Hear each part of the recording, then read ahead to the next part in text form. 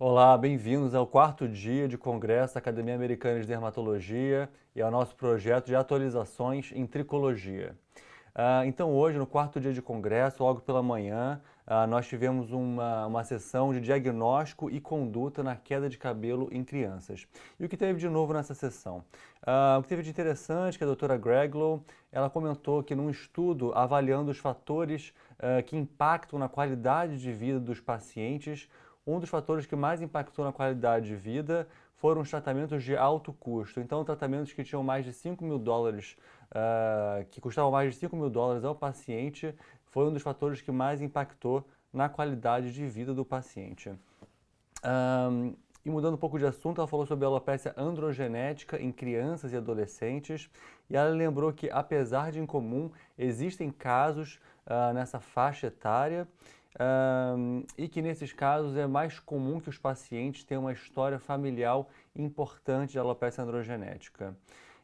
Ela ressaltou também que tanto em meninas como em meninos afetados pela alopecia androgenética, o padrão clínico mais comum é o padrão clínico dito feminino, aquele que tem uma distribuição tipo Ludwig. E na sessão de atualizações em alopécias, o professor Shapiro ele falou sobre perspectivas futuras no tratamento da alopecia areata. E dentre as medicações citadas, ele ressaltou o uso do apremilast, que é um inibidor da fosfodiesterase 4. Já existem estudos mostrando o benefício dessa medicação em modelos de camundongo, e existe um estudo clínico que ainda está em andamento, mas sem resultados ainda. Apesar de não ser totalmente novo, o Dr. Shapiro também ressaltou o uso da triancinolona intralesional em baixas concentrações, 2,5 mg por ml, que seria uma concentração que você teria benefício sem os efeitos colaterais de concentração maiores, como, por exemplo, a atrofia cutânea. Na mesma sessão, a doutora Yolanda Lenzi, ela ressaltou o diagnóstico da alopecia central centrífuga cicatricial. Ela falou que esse diagnóstico costuma ser tardio nas pacientes dela, que normalmente essas pacientes demoram 5 a 10 anos até receber um diagnóstico correto. E ela ressaltou o papel dos cabeleireiros. Ela falou que até 21% dos pacientes dela foram alertadas pelos cabeleireiros que aí encaminharam as pacientes para o dermatologista. Bom, o professor Sinclair, ele comentou sobre outras indicações do minoxidil oral, como, por exemplo, o eflúvio telógeno crônico. Porém, na experiência dele, nessa indicação, as doses de minoxidil oral têm que ser um pouco maiores para serem eficazes.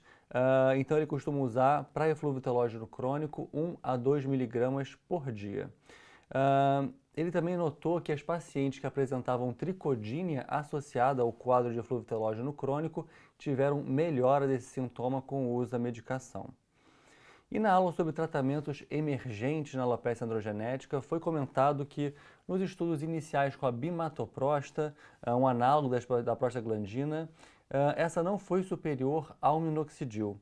E que no momento eles estão testando a bimatoprosta em uma concentração 10 vezes superior à que foi utilizada no estudo original, mas nós ainda não temos os resultados apresentados. Foi comentado também sobre o uso do cortoxolone, um antiandrogênico tópico, e já existe um pequeno estudo mostrando o benefício dessa medicação e que atualmente estão sendo feitos estudos para avaliar qual seria a dose mais eficaz e segura do uso dessa medicação tópica. E agora nós vamos dar continuidade com as atualizações com a doutora Bruna Duque Estrada. Bom, então, dando continuidade a esse simpósio, a doutora Olsen falou sobre alopecia fibrosante frontal, e o ponto interessante da aula dela foi que ela tem classificado clinicamente as pápulas faciais em alguns subtipos. E são eles, assim, pápulas amarelas ou normocrômicas, pápulas tipo comedão, pápulas umbilicadas e pápulas tipo ceratose pilar. Essa classificação não está publicada ainda, mas é um dado bem interessante na nossa conduta clínica desses pacientes. A doutora Olsen citou ainda, em relação ao grupo de estudos feito para avaliar os pacientes com fibrosante frontal aqui nos Estados Unidos, que eles não acharam associação da alopecia fibrosante frontal com medicações em uso pelas pacientes, procedimentos estéticos realizados na face e ainda qualquer tipo de doença no couro cabeludo. Continuando, então, pela manhã ainda, a gente teve uma aula da Dr.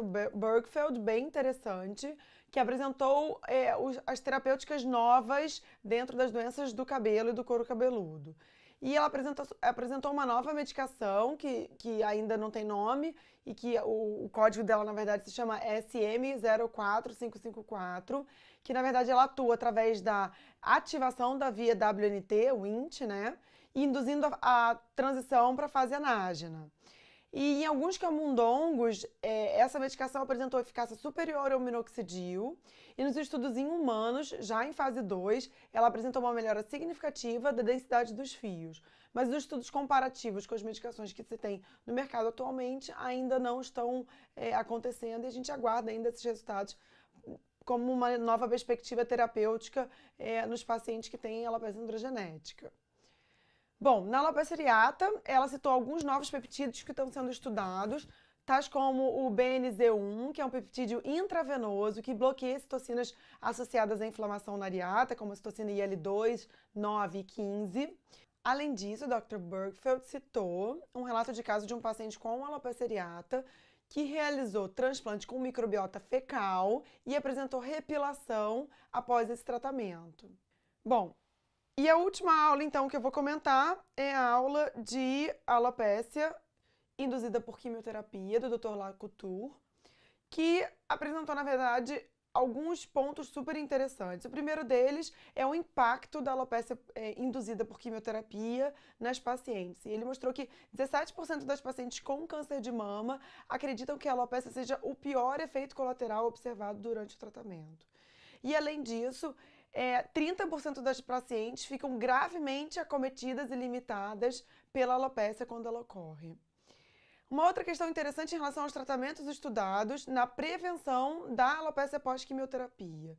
Então, tem alguns estudos em câncer de mama com minoxidil a 2% 2 vezes ao dia, que de forma bem interessante melhoram a repilação das pacientes, então encurtam o período de alopecia. Tem os relatos de bimatoprost para a prevenção da alopecia dos cílios e de calcitriol em fase 1 ainda, um estudo em fase 1, na prevenção ou encurtamento desse eflúvio anágeno que acontece durante a quimioterapia.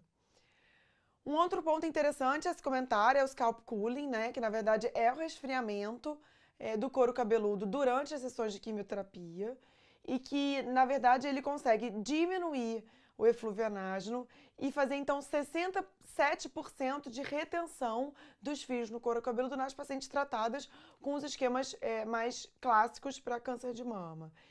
Bom, isso é muito interessante quando você compara os pacientes que não fazem scalp cooling, que tem, na verdade, 0% dos fios retidos no couro cabeludo.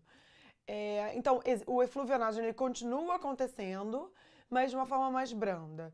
Esse número, na verdade, varia muito entre as pacientes, então eu diria que fica aí entre 50% e 60%, 70% dos fios retidos no couro cabeludo, ou seja, a gente observa eflúvio anágeno ainda. Mas a alopecia em si não acontece, né? O paciente não fica sem cabelo no couro cabeludo na maioria das vezes. Em relação à alopecia permanente pós-quimioterapia, a gente sabe que isso já está descrito na literatura, que acontece mais frequentemente com paclitaxel e docetaxel. E no caso do paclitaxel, até 40% dos pacientes que usam essa medicação podem desenvolver alopecia permanente pós-quimioterapia. Uma coisa que poucas pessoas sabem da existência dessa condição, né? Então, uma outra forma de alopecia também que pode acontecer nesses pacientes que fazem quimioterapia é a alopecia induzida por inibidores da aromatase. Então, ela pode começar somente quando esse paciente entrar nessa terapia. E nesses casos, o minoxidil a 5% uma vez ao dia para as mulheres, por até 6 meses, ele pode ser uma boa alternativa terapêutica. E apresentam, na verdade, um estudo que usou essa medicação apresentou 75% de melhora moderada a significativa nessas pacientes. Isso é bem interessante. Bom, uma outra modalidade de alopecia que pode acontecer é a alopecia persistente pós-radioterapia, que é relativamente frequente nesses pacientes e que, na verdade, vai exigir uma outra modalidade terapêutica porque é uma alopecia cicatricial. Então, ele mostrou alguns casos que você pode fazer desde micropigmentação, ou seja, tatuagem, tanto em sobrancelhas quanto no couro cabeludo, como enxertia, caso essas pacientes tenham fios disponíveis e área doadora disponível para enxertar. ou então cirurgias com redução daquela área alopécica no couro cabeludo e que são alternativas bem interessantes para a maioria das pacientes, pelo menos para elas voltarem a ter uma vida social mais aceitável. Agora o Leonardo Abraham vai finalizar esse dia de congresso aqui da Academia Americana. Obrigado, Bruna.